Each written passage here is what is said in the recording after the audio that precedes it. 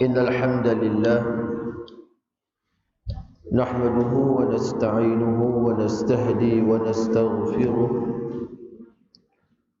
ونعوذ بالله من شرور أنفسنا ومن سيئات أعمالنا من يهده الله فلا مضل له ومن يضلل فلا هادي له أشهد أن لا إله إلا الله وحده لا شريك له وأشهد أن سيدنا محمد عبده ورسوله سبحانك لا علم لنا إلا ما علمتنا إنك أنت العليم الحكيم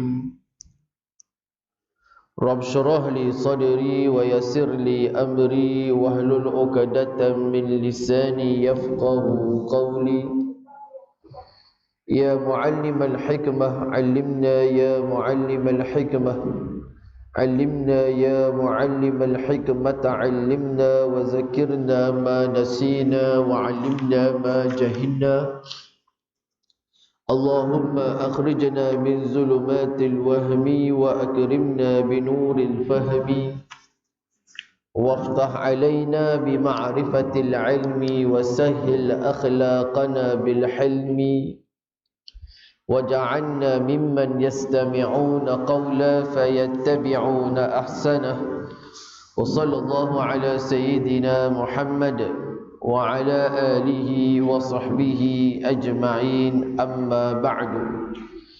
Jadi insyaAllah pada pagi ini kita sambung muka surat 75, masalah yang ke-213. Baik, Bismillahirrahmanirrahim. Qala musannif rahimahullahu ta'ala wa nafa'ana bi barakati ulumihi fid darain amin. Masalah yang ke-213, sembahyang fardu boleh ke duduk?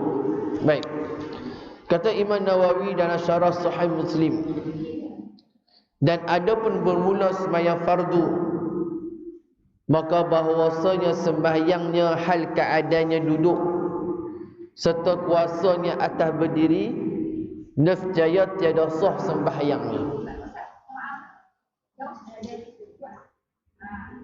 Tak ada bergaul. Baik. Baik, kata Syekh kita rahimahullah. Okey. Baik.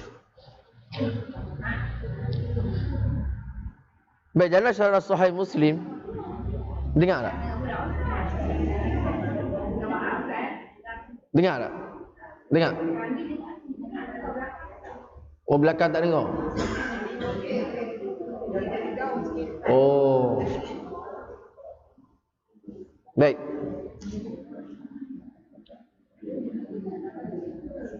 Dalam syarah Sahih Muslim, mereka yang ada kuasa untuk berdiri, maknanya semayang tu, semayang fardu lah, termasuklah semayang qada, semayang qada, semayang fardu 5 waktu tu, ataupun semayang nazar. Contoh macam orang yang bernazar nak semayang tahiyatul masjid, atau dia menazar nak semayang taubat, walaupun pada sudutnya hukum dan sunat semayang tu, tapi pada sudut dia telah nazar, maka hukumnya jadi wajib. Maka bila mana jadi wajib, seolah-olah dia ni macam dia sembahyang tu sembahyang fardu. Dia wajib dah berdiri, wajib berdiri, walaupun dia niat sembahyang tu sembahyang nazar. Kalau dapat ni dikata dia niat nak sembahyang duha 2 rakaat, asalnya sembahyang duha tu sunat je, tapi oleh kerana dia dah bernazar, maka hukumnya jadi wajib. Bila mana hukum jadi wajib, maka wajib berdiri. Tu dia panggil sembahyang nazar. Maka semua sembahyang ni wajib dalam keadaan berdiri bagi yang ada kuasa. Tapi kalau dia duduk, tidak sah sembahyang. Sebab apa? Sebab orang ulama berdalilkan dengan ayat Quran, wa qumu lillahi qanitin, dan hendaklah kamu mendirikan solat dalam keadaan tenang. Kata wa qumu, qumu tu benda berdiri atas nama perintah. Maka tu sembahyang fardu tak boleh sembahyang duduk. Kalau sembahyang duduk batal. Mana tak sah sembahyang tersebut. Dan tiada baginya pahala, bahkan berdosalah dengan dia. Dan jika sembahyang fardu hal keadaannya duduk kerana lemahnya daripada berdiri atau menyengging, yakni mengiringi tidur kerana lemahnya daripada berdiri dan duduk, maka pahalanya seperti mana pahala berdiri dengan tiada kurang, dengan ittifaq ashab kita, maknanya ulama-ulama dalam mazhab Syafi'i. Contoh dia sembahyang dia tak ada kuasa, dia sembahyang mengiring. Nak sembahyang duduk tak boleh, nak berdiri lagi dah tak boleh, dia sembahyang mengiring ataupun berbaring.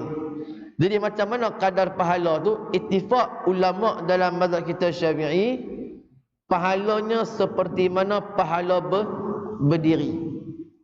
Tak ada kurang apa pun. Sebab apa? Sebab dia uzur. Hal tu yang kata kurang pahala tu sembahyang sunat. Sembahyang sunat. Kita bicara dah hal tu, kata Imam Nawawi rahimahullah, dia nak sembahyang sunat, kata sembahyang witir 3 rakaat. Rakaat pertama, rakaat kedua dia berdiri. Rakaat yang ketiga dia duduk. Sebila mana dia duduk saja, pahala tu potong. Dapat separuh ya. Beza dengan sembahyang fardu. Sembahyang fardu dia duduk ke, dia mengiring ke, dia apa sebab dia sakit tu, pahala sama macam orang sembahyang berdiri. Sebab jadi macam tu, sebab sembahyang fardu tak boleh duduk, melainkan atas nama uzur. Jadi orang yang uzur, dia tak mampu berdiri, dia dibenarkan duduk, pahala dia sama macam orang berdiri.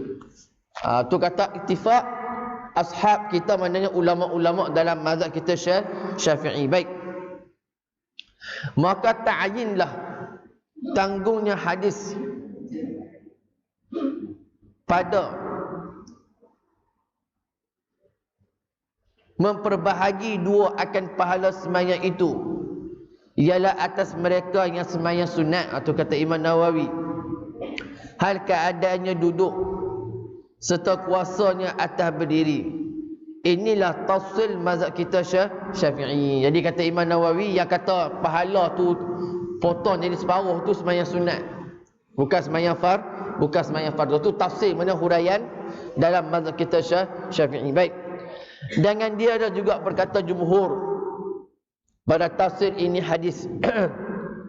Dia telah menghikayakan akan dia oleh Imam Qadil Iyad daripada satu jamaah, setengah daripada mereka itu Imam Sufyan Al-Thawri dan Ibnu Majishun, dihikayatkan daripada Al-Baji, setengah daripada Imam Mazhab Maliki, bahawasanya menanggung ia akan dia atas orang yang sembahyang fardu kerana uzur, atau sembahyang sunat kerana uzur atau ketiadaan uzur, mengharuskan ia akan sembahyang duduk pada sembahyang fardu dan sunat, padahal mungkin ia berdiri dengan masyaqah intah. Jadi kalau kita sembahyang fardu wajib berdiri, walaupun dengan kadar satu lahzah.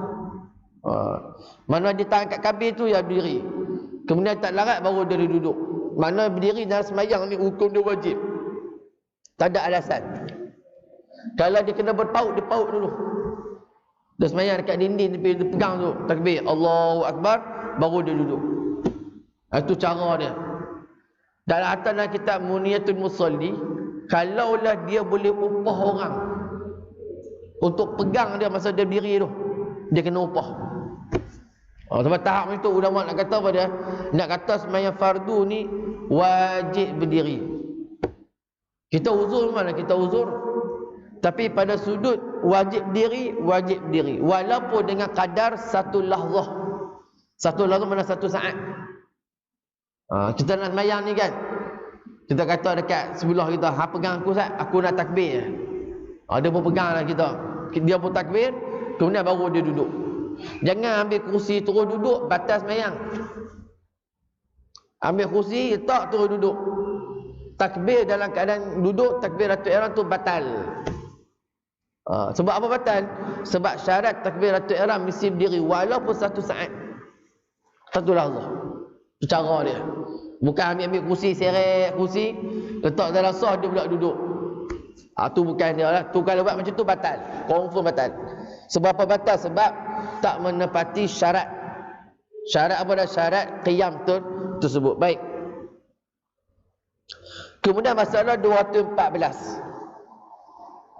Menghalalkan sembahyang fardu dengan duduk apa hukumnya? Ya saudaraku, kata Imam An-Nawawi rahimahullah, telah berkata ashab kita Syafi'i, dan jika menghalalkan oleh seseorang akan sembahyang fardu dengan duduk serta kuasa berdiri itu, nescaya jadilah kafir ia, dan berlaku atasnya segala hukum murtad, sebagaimana seorang yang menghalalkan zina dan riba atau lainnya daripada segala yang diharamkan yang masyhur haramnya. Intaha. Maksudnya apa dia? Dia kata sembahyang fardu ni boleh duduk, saya berdiri pun tak apa, dalam keadaan dia tahu hukum tu adalah wajib, maka orang yang cakap ni terkeluarlah dia daripada Islam. Jangan main-main. Sebab tu benda yang Allah halalkan kita tak boleh kata haram. Benda yang Allah haramkan tak boleh kata halal. Sebab tu ulama letak, kalau satu orang tu dia jadi murtad bila dia menghalalkan benda yang Allah haram. Zina tu haram, tapi dia buat macam benda tu jadi halal. Tu jaga-jaga. Dia akhir zaman ni kena perhati elok-elok. Sebab akhir zaman ni Nabi kata manusia ni senang jadi kafir, senang jatuh kufur. Pagi beriman, sehari petang kufur pula. Petang beriman, sehari malam kufur pula. Jadi macam tu. Antaranya apa? Antaranya sebabnya ni, dia menghalalkan benda yang Allah haram, dia mengharamkan benda yang Allah halal. Dia ubah lagu tu. So kalau ubah dalam keadaan dia tahu, tanyalah mana-mana orang Islam, arak tu haram tak? Mesti jawab haram. Tiba-tiba main kat dia kata tak haram, mana haram, halal. Dia cakap lagu tu, terkeluarlah dia daripada Islam. Itu antara perkara yang boleh menjadikan orang murtad. Apa dia? Menghalalkan benda yang Allah haram, mengharamkan benda yang Allah halal. Tu kita jangan macam tu lah. Manakala kita tahu benda tu haram, haram lah. Kenapa kita lah ni pula dia ubah nama. Dia ubah nama. Dulu kita panggil arak atau kita panggil khamar, hari ni panggil alkohol. Alkohol pula dia ada dua. Yang pertama alkohol yang memabukkan, yang kedua bukan alkohol yang memabukkan. Kadang-kadang alkohol yang tak mabuk tu, itu yang dia letak dalam minyak wangi. Tu perbahasan ulama pula, betul kita kena tahu benda tu. Sebab alkohol ni bukan semuanya arak. Dan arak pasti daripada alkohol. Tapi tak semua alkohol tu adalah arak. Jadi dalam minyak wangi kita tu ada alkohol. Macam mana nak tahu? Spray rasa sejuk, tu ada alkohol. Bukan diguna dalam minyak wangi juga, diguna juga dalam perubatan. Dan kita spray tangan kita sakit, spray sejuk, ada alkohol. Itu sifat alkohol. Tapi alkohol tu alkohol arak kan? Bukan. Kalau alkohol tu alkohol arak, kita spray tu najis. Kita pakai minyak wangi najis. Tapi bukan arak. Bukan arak, nama saja alkohol, tapi bukan arak. Tapi arak confirm ada alkohol. Jadi benda tu kena perhati elok. Sebab tu orang tukar nama. Macam riba. Kita Islam kita guna kalimah riba, hari ni tak dia guna interest. Dia guna faedah. Padahal benda sama. Benda sama. Maknanya akhir zaman ni menormalisasikan maksiat, mengguna nama yang baru, menggunakan nama yang lebih baik. Contoh macam tadi, kalau riba dia letak nama interest, kalau riba dia letak nama faedah, kalau arak dia letak nama alkohol, kalau berzina dia letak nama lain, nampak lagi cantik. Benda ni yang menormalisasikan maksiat. Kita tak rasa benda tu besar. Sebab apa? Sebab kita rasa tak apalah. Tak apalah benda tu. Bagi kita, masyarakat kita, nama tu, nama yang Arabnya Tuhan bagi riba, zina, arak, khamar. Kita tak nak guna itu. Dia nak guna namanya lembut. Bila guna namanya lembut, orang dia tak kisah. Orang tak kisah kalau orang buat benda tu. Sebab apa? Sebab tak ada apa. Kan macam kes baru-baru 16 enactment jenayah syara'iyah Kelantan yang dibatalkan. Saya baca ulasan Ketua Hakim Syar'i Negeri Perak. Cukup cantik ulasan dia. Kenapa cukup cantik? Sebab kesalahfahaman kita terhadap jenayah. Takrif jenayah di sisi sivil lain, takrif jenayah di sisi syariah lain. Contoh kita ambil satu kes liwat. Ataupun kita ambil penzinaan. Kalau di pada mahkamah sivil, liwat yang salah apa dia? Liwat secara paksa.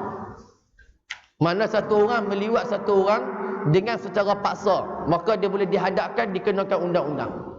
Tapi mahkamah syariah no. Mahkamah syariah kata apa? Liwat suka sama suka ke, kena paksa cerita lain, kena suka sama suka, mesti kena. Paksa ke apa, mesti kena. Tapi kalau suka sama suka, mahkamah sivil kata tak apa. Mahkamah syariah no. Suka sama suka, mesti kena. Itu beza. Betul ketidakkefahaman dan tidak kejelasan antara jenayah syara'iyah dengan jenayah sivil menyebabkan satu orang perempuan daripada Kelantan tu, dia bawa kes tu ke Mahkamah Persekutuan untuk dibatalkan. Sebab apa? Dekat Mahkamah Sivil pun ada kesalahan jenayah-jenayah tersebut. Tu orang Islam tak boleh tidur. Saya kat majlis saya sebut dengan dia, orang Islam jangan tidur. Buka mata, buka telinga, buka pemikiran. Ini jenayah ni melibatkan undang-undang Islam. Kalau tak jaga elok-elok, siap. Itu baru Kelantan, baru Selangor, 2 negeri yang dicabar. Ada lagi 12 negeri. Itu jaga-jaga. Betul, jenayah tu beza. Kalau jenayah di peringkat sivil, suka sama suka tak jatuh salah. Tapi jenayah di peringkat mahkamah syariah, suka ke tak suka, suka sama suka, kena. Itu beza dia. Macam orang kita tangkap satu orang zina, nak bawa ke mahkamah sivil, kita nak cas atas sebab apa? Cas atas sebab apa dia? Dia zina contoh. Kemudian kita pergi hakim tanya, hampa buat kerja tu suka sama suka ke? Suka sama suka. Tak jatuh hukum. Itu mahkamah sivil. Mahkamah syariah pula suka sama suka akan dikenakan tindakan. Itu beza. Kalau terpaksa, tu cerita lain pula. Tapi nak kata normalisasi maksiat pada hari ini sebab apa? Sebab dia ubah nama.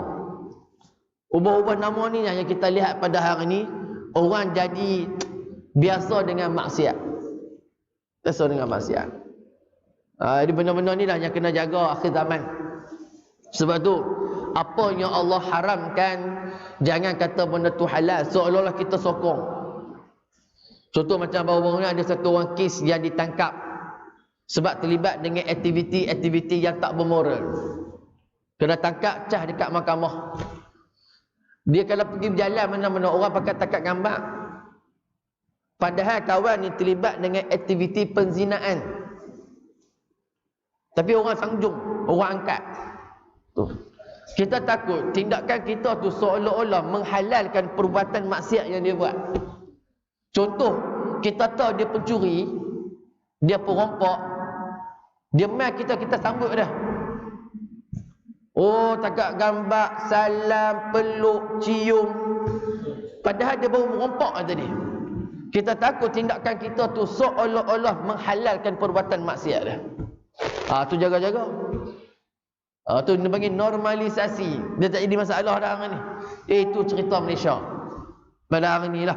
Betul, jaga-jaga. Benda yang Allah haramkan, janganlah kata halal.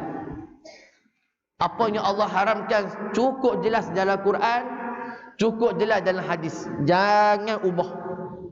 Apa yang dia halalkan, jangan kita kata haram pula. Pun jelas dalam Quran, jelas dalam hadis. Yang tak jelas yang kesamaran tu. Itu tak apa, itu berlaku ijtihad di kalangan ulama. Tapi halal dan haram jelas dalam Quran. Sebab tu Syekh kita kata tadi, kata Imam Nawawi, siapa yang menghalalkan sembahyang fardu boleh duduk, boleh terkeluar daripada Islam. Ataupun dia menghalalkan sesuatu yang Allah haramkan dengan jelas, zina, merompak, mencuri, riba, minum arak, semua ni adalah jenayah. Dia kata tak apa, tak ada masalah pun. Tu jaga-jaga. Itu dia panggil menghalalkan. Na'udzubillah min zalik lah. Mudah-mudahan Allah lindung kita lah. Sebab tu kalau ada benda yang cukup jelas Quran haram, jangan menghalalkan. Baik. Kemudian masalah 215. Sembahyang berdiri apa hukumnya? Kata Imam Asy-Syafi'i radhiyallahu taala anhu di Al-Um, dan menyuruh Rasulullah sallallahu alaihi wasallam dengan sembahyang berdiri atas nama perintah wajib.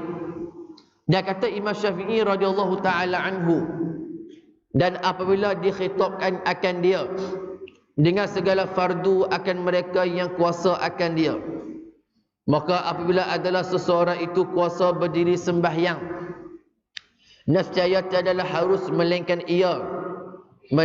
ketika barang yang aku sebutkan daripada sembahyang khauf. Maksudnya apa dia? Kalau satu orang ada kuasa sembahyang berdiri, wajib sembahyang berdiri, tak boleh duduk pada sembahyang fardu.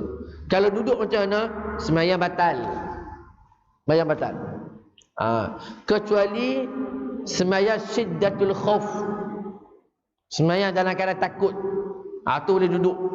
Kalau takut ditembak oleh musuh, yang kita sembahyang berdiri, musuh nampak, dia boleh tembak, masa tu duduk. Itu dia bagi sembahyang syiddatul khauf, sembahyang ketika takut. Sembahyang fardu lah, lima waktu. Selain daripada tu tak boleh kecuali uzur. Itu uzur pun tengok jugalah. Jadi payah juga kita nak menentukan uzur orang ni. Kadang-kadang dia kayu biskal larat, daripada cakap jering pergi pekat teping, kayu biskal patah balik main cakap jering, semai-semai pakai kursi. Tu nak hukum macam mana tu? Jauh ni daripada cakap jering, kayu biskal sampai pekat teping, patah balik cakap jering, semayang pakai kursi. Tu macam mana nak buat tu? Saya macam ni je. Dia tahu diri dia macam mana. Kalau dia buat tu atas dasar dia tipu, atas dasar dia nak meringankan sembahyang, nak ambil keringanan macam tadi tu, maka sembahyang dia batal lah. Tapi kalau memang dia jenis, kalau nak sembahyang tu dia sakit, kalau buat lain tak sakit, nak sembahyang tu dia sakit, tu tak apa lah. Nak macam mana dia je tahu diri dia, kita bukan tahu. Dia sakit mana kita tahu. Cuma nak kata kalau hang tipu, Allah Maha mengetahui.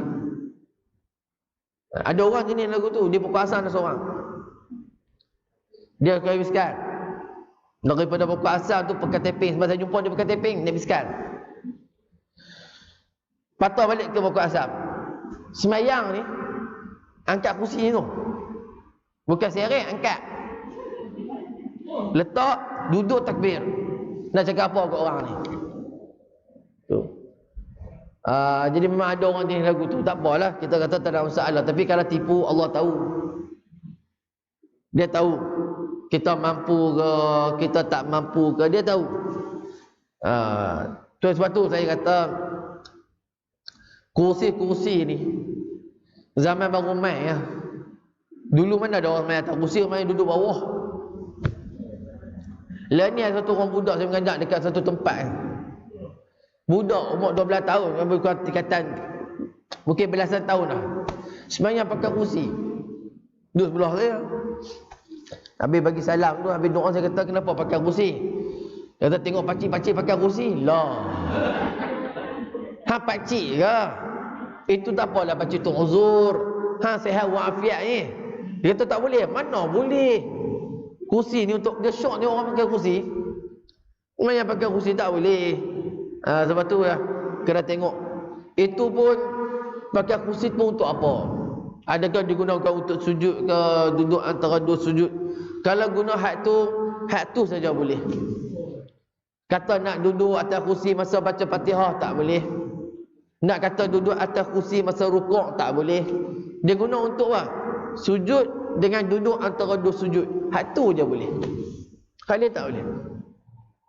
Malaikat kalau dia sakit sangat, kepala berpusing, tak boleh nak imbang badan, baru dia boleh duduk. Tapi kalau selagi mana dia mampu berdiri, wajib berdiri. Wajib berdiri. Mana wajib berdiri tu, kaki kita tegak, badan kita tegak, itu berdiri. Sebab tu dia panggil rukun sembahyang. Jadi orang yang sembahyang tak berdiri ni, dalam keadaan dia ada kuasa, dia ada kemampuan, batal sembahyang dia. Baik. Kemudian 216, sembahyang duduk bagaimana hukumnya? Kata Imam Syafi'i radhiyallahu taala anhu, dan apabila tiada kuasa seseorang itu sembahyang berdiri, sembahyanglah ia duduk serta rukuk dan sujud ia apabila kuasa rukuk dan sujud. Maka tiada kuasa, maka jika tiada kuasa seseorang itu sembahyang duduk dan kuasa ia sembahyang dengan tidur merusuk, bolehlah ia sembahyang tidur merusuk. Maknanya rusuk kanan ni lah.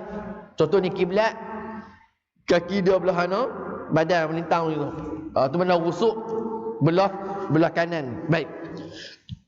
Maka jika tiada kuasa ia rukuk dan sujud, sembahyanglah ia dengan isyarat, tetapi jadikan isyarat sujud itu lebih rendah daripada rukuk. Intihar maknanya kepala dia lah.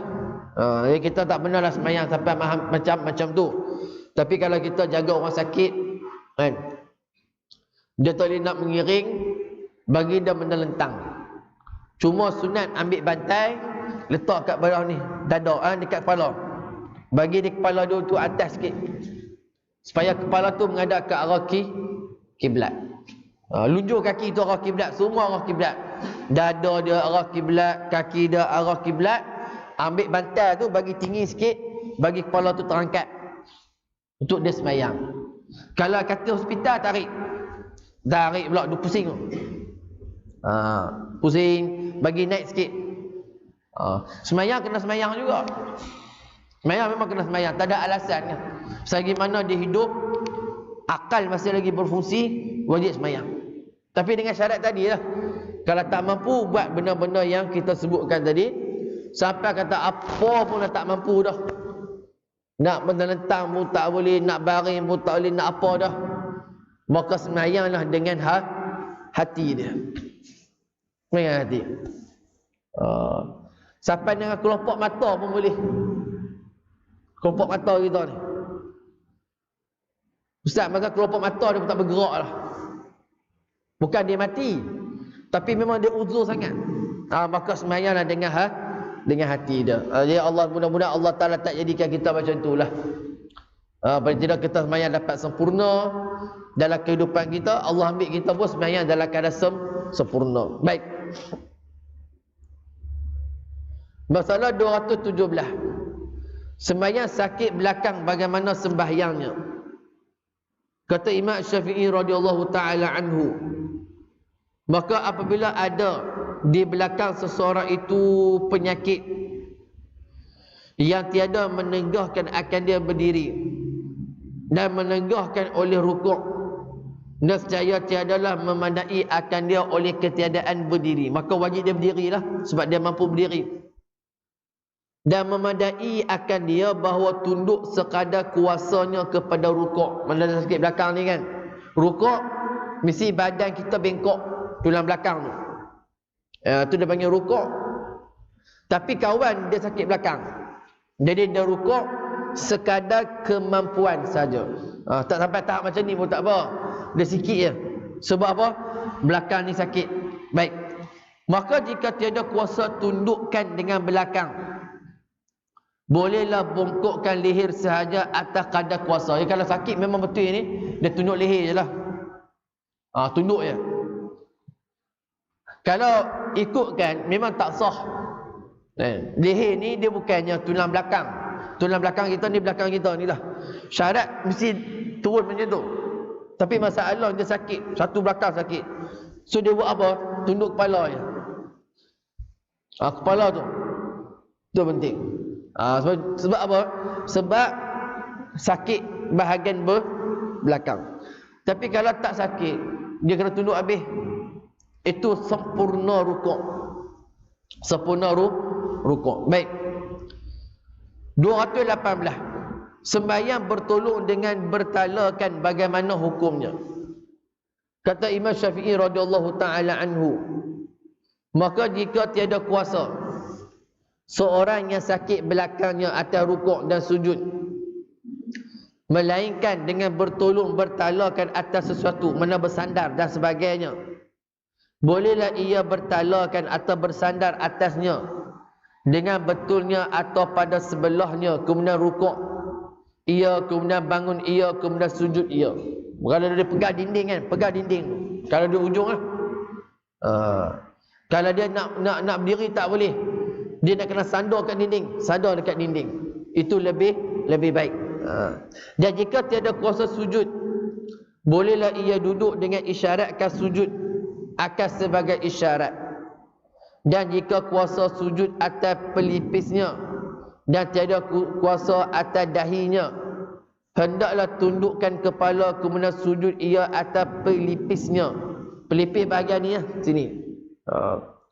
Dan tiada kuasa atas dahinya, hendak tundukkan kepala kemudian sujud ia atas pelipisnya. Dan adalah yang lebih hampir barang yang kuasa atasnya daripada sujud dengan betulnya, ataupun atas barang mana sebelahnya. Nescaya adalah ia tiada memadakan oleh kuasa, ia menghampirkan sujud dengan apa kelakuan, melainkan menghampir ia akan dia. Jadi dahi ni sakit, tak boleh nak sujud, boleh sujud tepi ni ya. Maka kata Imam Syafi'i, sujudlah tepi ni. Mana-mana boleh sujud. Masalahnya ustaz, satu kepala dia balut, satu kepala dia sakit, maka dia nak sujud macam mana? Sujud dengan kadar isyarat. Kadar isyarat. Mana dia bangun daripada i'tidal tu, sami Allahu liman hamidah, dia nak turun sujud tak boleh, sebab dahi dia berbalut. Doktor pun tak bagi dia turun ke bawah. Apa betul dia buat? Dia boleh duduk buat isyarat je. Sebab apa tak boleh? Sebab dahi dia sakit. Tapi kalau dia boleh turun bawah, dia turun lah. Dia masalah dahi dia berbalut, kepala dia berbalut. Jadi dia nak rukuk tak boleh, hanya isyarat saja. Tu bagi orang yang uzur. Jadi tak perlulah letak bantai ke, nak letak apa saja dekat bawah tu. Sebab orang yang uzur ni tak apa, walaupun dahi tu tak kena bawah, tak cukup 7 anggota sujud, di sisi mazhab kita tetap sah. Sebab apa? Sebab dia dalam keadaan uzur. Kalau sihat tak boleh lah.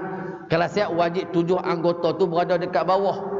Tapi oleh kerana dia uzur, dia sakit, maka dia hanya buat imak. Imak ni isyarat saja. Syaratnya macam tuan mayat atas kursi itulah. Tak payahlah cari bantal letak kat paha.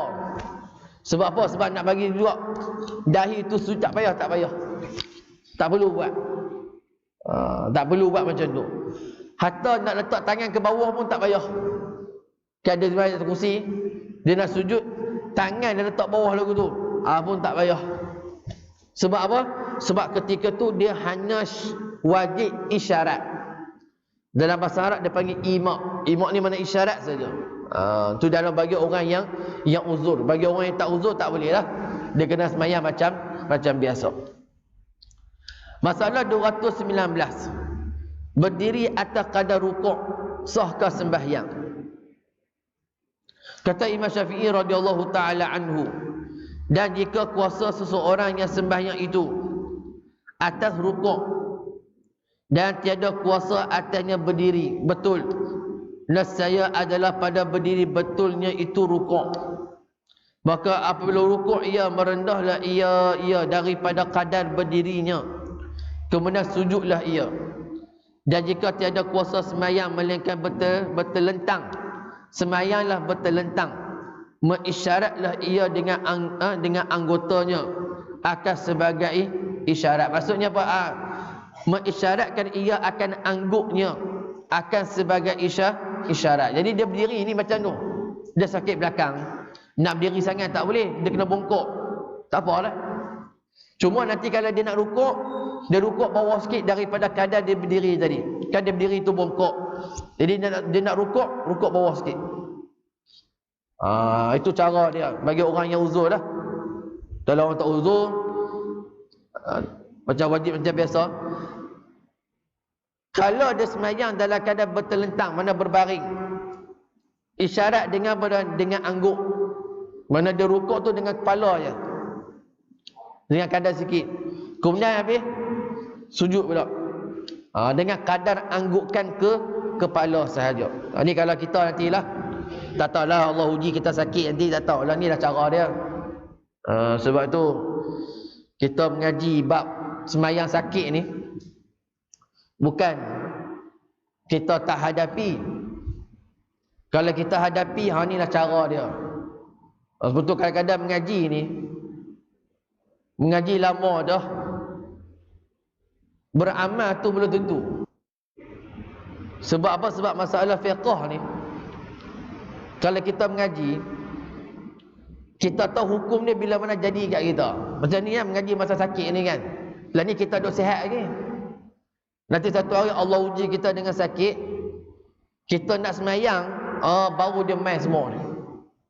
Macam mana cara baca Fatihah, macam mana cara nak rukuk, macam mana nak sujud, macam mana nak i'tidal, masa tu baru main. Masa tu Allah uji kita lah. Ilmu yang kita guna tu untuk apa? Sebab tu kalau mengaji, kena mengaji dah, tapi nak beramal tu lama, lambat. Sebab apa? Sebab dia tak main masalah. Kalau main masalah, tahu dah sebab apa? Dulu mengaji. Bila mana jadi macam tu, barulah ilmu tu dia lekat. Macam mengaji jamak, jamak qasar, jamak qasar, jamak takdim, jamak takhir. Bukan kita hari-hari jamak. Jamak ni cuti sekolah baru jamak. Sebab apa? Pergi berjalan. Dulu mengaji dah, lupa habis. Dia tahu berapa hari, tak tahu. Sebab dia jarang buat. Masa tu yang kita gunakan ilmu tu. Sebab tu ilmu ni, kadang-kadang mengaji dah 15 tahun. Bila guna? Kadang-kadang langsung tak guna. Hanya tahu je hukum. Tu mengaji betul. Bab ni dia bawa kita berkenaan dengan masalah orang sakit. Untuk apa? Kalau satu hari Allah uji kita dengan sakit, tak boleh nak berdiri, tak boleh nak duduk, nak mengiring, tak boleh. Semayanglah sambil berbaring. Dia panggil menelentang, baring. So macam mana nak buat? Nak rukuk macam mana, nak i'tidal macam mana, nak sujud macam mana, semua dia ajar. Itu cara, kaifiat dia, supaya kita ambil tahulah. Sebab tu penting. Sebab kita ni bukan sihat saja, main sakit, main kadang-kadang main tak larat kita tu. Inilah cara hukum dia. Sebab tu kena ambil perhatian dan kena ambil berat soal-soal semayang-semayang macam ni. Sebab bukan selalu kita semayang berdiri. Main Allah uji kita dengan sakit, kena semayang duduk. Nak semayang duduk pun ada cara, bukan semayang duduk ikut dan je, tak boleh. Dia ada hukum hakam yang telah diletakkan oleh para fuqaha. Baik. Kemudian 220. Semayang berdiri setengah dan duduk setengah, bagaimana hukumnya? Kata Imam Syafi'i radhiyallahu taala anhu, dan jikalau sembahyang seseorang serta imam, maka kuasa ia atas berdiri pada setengah sembahyang dan tiada kuasa atasnya pada setengah sembahyang. Bolehlah ia sembahyang berdiri atas kadar sekuasanya dan duduk atas kadar sekuasanya, dan tiadalah atasnya ulang sembahyang. Macam kita duk buat hari-hari itulah. Ada sembahyang duduk, ada sembahyang berdiri, sembahyang jemaah kan. Dan jikalau dimulainya sembahyang itu berdiri, kemudian datang baginya uzur, duduklah ia. Maka jika hilang daripadanya, tiada memandai akan dia, melainkan berdiri. Ini penting. Kadang-kadang kita ni main sakit, kita duduk. Tapi bila mana kita tak sakit, tak boleh duduk. Contoh, kita bawa kerusi, tiba-tiba pening kepala, tak boleh nak ni, kita pun duduk lah. Lama sikit pening kepala tu dah hilang. Maksudnya kita boleh berdiri, masa tu wajib berdiri. Tak boleh sembahyang tu duduk, tak boleh. Bila mana dia rasa dirinya boleh berdiri, wajib dia berdiri. Kita, maknanya kita saja yang tahu diri kita tu macam mana. Betul saya katakan tadi. Kalau dia buat atas dasar nak tipu, Allah tahu. Itu je, pegang yang tu je. Kita dah duduk dah tadi, sakit kepala, tiba-tiba rasa macam sihat, wajib bangun, wajib berdiri untuk melaksanakan yang lain-lain tu. Sebab apa? Sebab dibenarkan untuk duduk bila mana uzur. Bila mana uzur hilanglah keringanan tu, rusuh tu hilang. Itu cara dia. Dia bukan macam hari ni kita duduk je. Ada orang tu duduk daripada awal sampai habis, sedangkan dia mampu untuk berdiri tapi tak nak berdiri. Dia betul-betul sembahyang tu batal lah. Betul, jaga-jaga elok lah. Mana kita tahu diri kita, kadar diri kita, usaha diri kita, uzur diri kita, semua kita tahu. Jadi kita buatlah ikut apa yang kita rasa pada diri kita. Cuma yang saya boleh bagi tahu, kalau dia mampu untuk berdiri, wajib dia berdiri. Kadar kemampuan ikut diri masing-masing. Diri dia saja yang tahu. Ada orang kita tengok dia macam sihat, tapi sebenarnya dia tak sihat pun ada juga. Itu maknanya terserah kepada jemaah. Tapi nak bagi tahu, kalau wajib berdiri, dia mampu berdiri, wajib berdiri. Baik. 221. Sembahyang tidur terlentang bagaimana hukumnya? Kata Imam At-Tirmizi, diriwayatkan daripada Al-Hasan Al-Basri, jika menghendaki sembahyang seorang laki-laki akan sembahyang sunat, berdiri dan duduk dan tidur mengiring harus ia. Dan telah bersalahan-salahan alul ilmi pada sembahyang orang yang sakit, apabila tiada kuasa ia sembahyang duduk, maka kata setengah daripada alul ilmi sembahyang ia atas rusuknya, dan kata setengahnya sembahyang ia dengan tidur terlentang. Baik, lepas kita sembahyang berdiri, kalau orang uzur disuruh dia duduk, masalah duduk pun dia tak mampu buat. Masa tu dia ada dua pilihan. Ada setengah pendapat kata dia sembahyang mengiring, duduk rusuk rusuk kanan. Itu yang pertama. Ada kata tak, dia boleh sembahyang sambil berbaring, mana terlentang lah, dan dua kakinya menghadap ke arah kiblat. Itu kata Imam Hasan Al-Basri. Dia kata Imam Sufyan As-Sauri, pada hadis dalam masa 211 itulah dalil barang siapa sembahyang ia hal keadaannya duduk, maka baginya seperdua pahala berdiri. Katanya, hadis ini bagi orang yang tiada sakit dan bagi mereka yang tiada baginya uzur. Maka adapun mereka yang ada baginya uzur daripada sakit atau lainnya, maka sembahyanglah ia hal keadaannya duduk, maka baginya pahala seumpama pahala sembahyang berdiri. Tadi kita kata Imam Nawawi, ini kata Imam Sufyan As-Sauri. Dan sesungguhnya diriwayatkan pada setengah ini hadis seumpama perkataan Imam Sufyan As-Sauri, intaha. Jadi kalau kita nak pilih, duduk tak boleh, ada dua lah. Yang pertama sembahyang ikut rusuk, yang kedua sembahyang dalam keadaan berbaring, kaki ada kiblat. Dalam masa kita Syafi'i tertib dia macam tu. Berdiri, kalau tak boleh berdiri duduk, kalau tak boleh duduk mengiring, kalau tak boleh mengiring berbaring. Kalau tak boleh berbaring pula isyarat saja. Isyarat pada sudut kepala ke mata dan sebagainya. Itu bagi orang yang uzur lah.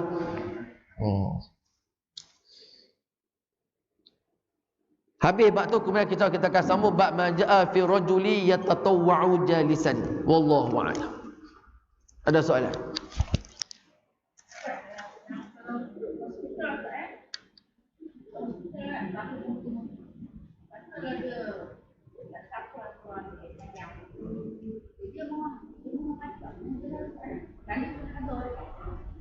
Dia buat yang tu je lah. Kemudian lepas dia sihat tu, dia qada balik macam semula. Kalau tak ada siapa nak bantu lah kan. Kalau nak harap dekat nurse pun dia orang pun tak larat. Sebab saya mengajar dekat hospital, kadang-kadang memang ada ahli waris minta dekat nurse tolong ambilkan wuduk. Masalahnya larat ke dia nak ambil selalu. Ya.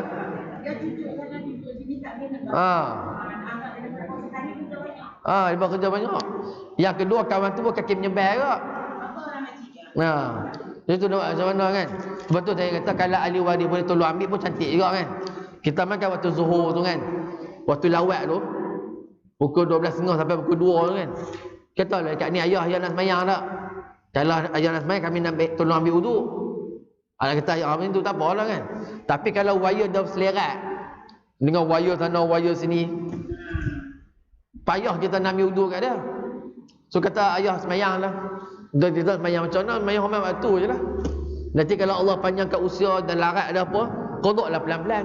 Yang penting semayang tu semayang. Kalau orang sakit, orang sakit ni kita tak tahulah. Allah Tuhan tak uji kita lagi. Tuhan uji kita. Yang paling payah yang wire selerat tu lah. Kalau setakat apa, buat air tu saja tak apa. Ni yang jenis wire banyak, sakit macam-macam. Tapi nak kata tu lah, Allah Subhanahu Wa Ta'ala bagi sihat macam ni, kena jaga. Sebab apa? Sebab kalau sakit ni, ibadat tu jadi tak apa nak. Jadi tak apa nak syok. Nak bangun malam payah dah. Nak semayang lama pun dah tak boleh. Jadi tengah duk Tuhan duk bagi sihat ni, puluh Nabi. Kalau Allah bagi sakit pun kita minta lah sakit kita tu sakit yang boleh kita masih lagi laksanakan ibadah. Sebab kita tak tahu, in future kita tak tahu 10 tahun, 20 tahun akan datang. Lah ni pun kalau kita tengok dekat hospital tu, ramai je orang-orang muda-muda masuk hospital. Ada yang ada jantung, ada yang kena kencing manis, macam-macam. Saya tengok ustaz saya kan, dia kena gout dengan buah pinggang sekali lah. Dia ada satu orang tu Cina, ada sebelah tu. Kawan ni langsung pakai pom dah. Sebab apa? Kalau kain tu kena kaki tu, dia punya menjerit. Satu wat tu dengar. Sakit. Sakit sangat. Tu ada orang Allah uji macam tu. Tu ada satu orang perempuan Asam, dia kena sakit kulit. Dia cerita sakit ustaz, sakit-sakit. Pergi ziarah dekat hospital, hospital Taiping kan. Dia kata, saya ingat saya seorang sakit paling teruk, ujung tu lagi teruk. Macam tu pula. Kita kalau masuk wad ni, kita akulah yang paling teruk kat hospital Taiping. Ada lagi teruk pun ada. Tu. Semasa jaga anak saya masuk bulan puasa tu, masuk wad. Kan kita ingat budak-budak ni tak sakit teruk, rupanya ada teruk. Ada yang pakai tu, yang apa bantuan tu, buka mulut masuk wire. Kita tengok pun seriau. Tapi ada budak yang Allah uji tahap macam tu. Tu nak kata orang ni dia akan hargai nikmat sihat dia bila mana nikmat tu hilang. Baru dia hargai, oh rupanya syok, rupanya sihat. Tu lah. Macam tu juga semua nikmat. Masa lapang kan, masa lapang kita banyak. Tiba-tiba Allah sibukkan kita hari tu banyak kerja tak libat. Masa tu kita seronok dah kalau masa lapang. Nak kata tu nikmat. Jadi tu yang Islam dia ajar semayang ketika sakit. Puasa tak apa. Puasa kalau sakit pergi makan. Pergi makan. Tapi semayang tak boleh. Semayang sakit, Islam dia ajar ketika mana sakit macam mana nak semayang. Ada tadi. Jadi benda tu sangat penting lah. Tapi kalau orang sakit, kalau uzur dia tu mana tak boleh kita bantu dia, suruh dia semayang macam biasa lah. Mana semayang macam biasa, tak ada wudu, tak ada apa, angkat takbir kalau dia mampu angkat, tak ada isyarat je semua. Nanti kata dia kalau sihat nanti qadaklah pelan-pelan. Pelan-pelan lah bagi orang yang sakit macam tu. Auzubillahi minasyaitonirrajim. Bismillahirrahmanirrahim. Alhamdulillahirabbil alamin wassalatu wassalamu ala asyrafil anbiya'i wal mursalin sayyidina Muhammadin wa ala alihi wa sahbihi ajma'in. اللهم إنا نعوذ بك من علم لا ينفع ومن قلب لا يخشع ومن نفس لا تشبع ومن دعاء لا يسمع سبحان الله وبحمده سبحانك اللهم وبحمدك نشهد أن لا إله إلا أنت ونستغفرك ونتوب إليك وصلى الله على سيدنا محمد وعلى آله وصحبه وبارك وسلم والحمد لله رب العالمين أقول قولي هذا وأستغفر الله لي ولكم وباللطف وحده السلام عليكم ورحمة الله وبركاته.